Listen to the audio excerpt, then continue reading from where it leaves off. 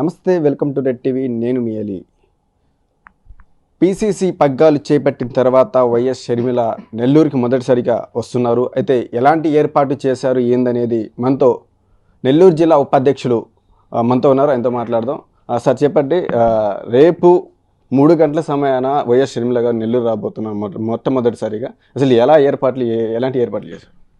వాస్తవానికి ఇది mass meeting కానీ లేదా ప్రత్యేకంగా ఏదో మీటింగ్ గురించో రావట్లేదు. షర్మిలమ్మ గారు పిసిసి అధ్యక్షురాలిగా పదవి చేపట్టిన తర్వాత ఒక్క నెల్లూరు జిల్లానే కాదు, రాష్ట్రంలో ఉన్న అన్ని జిల్లాలు కూడా పర్యటిస్తున్నారు. కాంగ్రెస్ పార్టీలో ఉన్నటువంటి నాయకులు, కాంగ్రెస్ పార్టీ శ్రేణుల్ని అందరినీ కూడా కలుసుకునేటువంటి కార్యక్రమంలో ఈరోజు నెల్లూరు జిల్లాకు రావడం జరుగుతుంది. అదేవిధంగా వైఎస్ షర్మిల గారు కాంగ్రెస్ పార్టీ పగ్గాలు చేపట్టడానికి ప్రధాన కారణం ఏంటి? కాంగ్రెస్ పార్టీ పగ్గాలు చేపట్టడానికి వాళ్ళ జీన్స్లోనే కాంగ్రెస్ ఉందండి. ఎందుకంటే మహానేత రాజశేఖర రెడ్డి గారు ఆయన కాంగ్రెస్కి ఎంత కృషి చేశాడో, కాంగ్రెస్ పార్టీ పట్ల ఉన్న ఆయనకి అభిమానం ఎలాంటిదో మనందరికీ తెలుసు. కాబట్టి ఆయన వారసురాలిగా, ఆయన నిజమైనటువంటి మహానేత రాజన్న బిడ్డగా షర్మిలమ్మ గారు కాంగ్రెస్లోకి రావడం ఆంధ్ర రాష్ట్రం మొత్తం హర్షించదగినటువంటి విషయం. అంటే కాంగ్రెస్ పార్టీ నుంచి జగన్మోహన్ రెడ్డి గారు ప్రత్యేకంగా వైఎస్ఆర్సీపీ అని కూడా పెట్టుకున్నారు.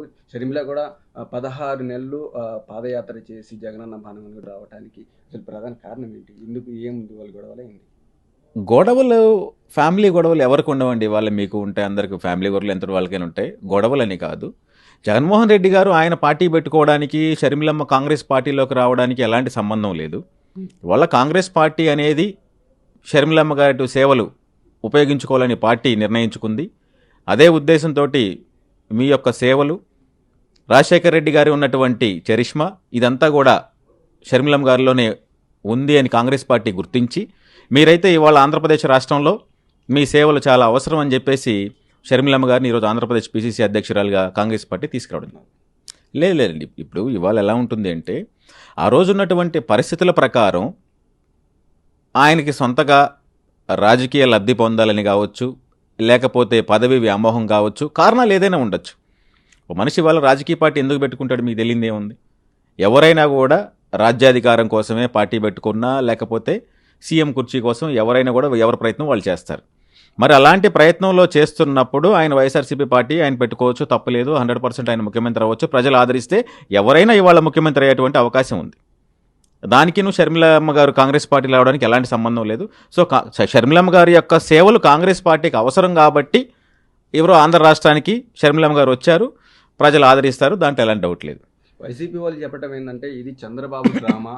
ఆ చంద్రబాబు నిన్న సజ్జల రామకృష్ణారెడ్డి గారు కూడా చంద్రబాబు ఇచ్చిన స్క్రిప్ట్ చదివారు షర్మిల అని కూడా వ్యాఖ్యలు చేశారు.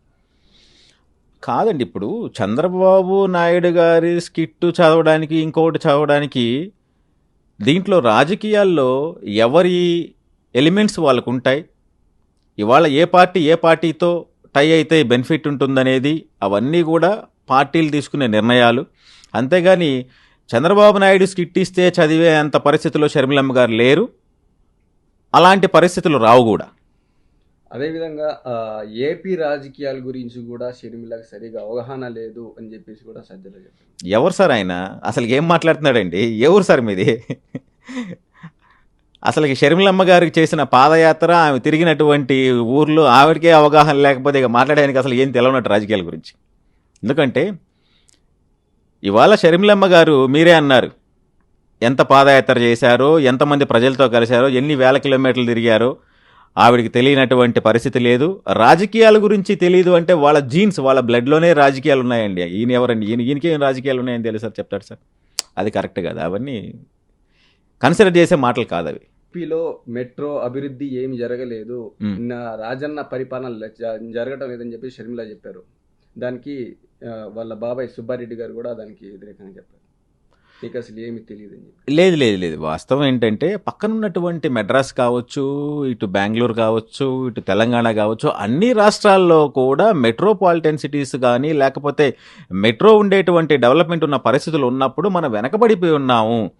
ఎందుకంటే ఆంధ్రప్రదేశ్ వెనకబడిపోయింది, దాన్ని ముందుకు తీసుకెళ్లాల్సిన అవసరం ఎంతైనా ఉంది అనేటువంటి ఒక గట్టి సంకల్పం, ఒక సదుద్దేశంతో షర్మిలమ్మ గారు చెప్పడం జరిగింది తప్పితే అవగాహన లేకపోవడం అనేది ఏంటంటే వాళ్ళకి అవగాహన లేకపోతే ఎవరికి అవగాహన ఉంటుందండి? వాళ్ళతో పాటు తిరిగిన వాళ్ళకి అవగాహన ఉంటే వాళ్ళకి అవగాహన లేకపోవడం ఏమిటి? తప్పదు, అది కరెక్ట్గా.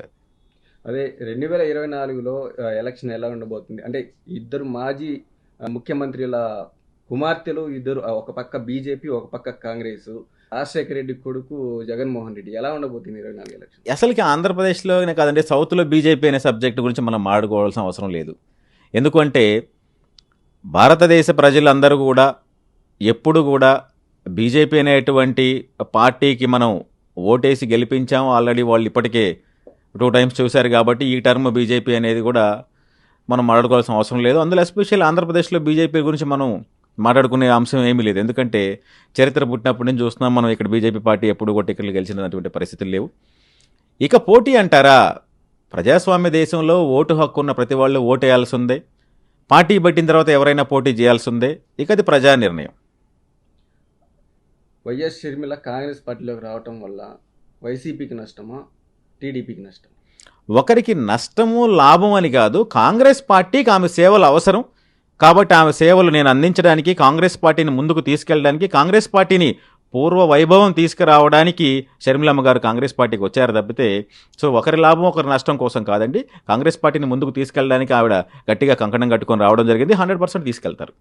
అదేవిధంగా మొన్నటి వరకు చంద్రబాబు నాయుడు గారు బీజేపీ వైపు చూస్తున్నారు అని చెప్పి, ఇప్పుడు షర్మిల రావటంతో కాంగ్రెస్ పార్టీ వైపు చూస్తున్నారు అని చెప్పేసి చెప్తున్నారు. మీరు స్వాగతిస్తారా చంద్రబాబు నాయుడు?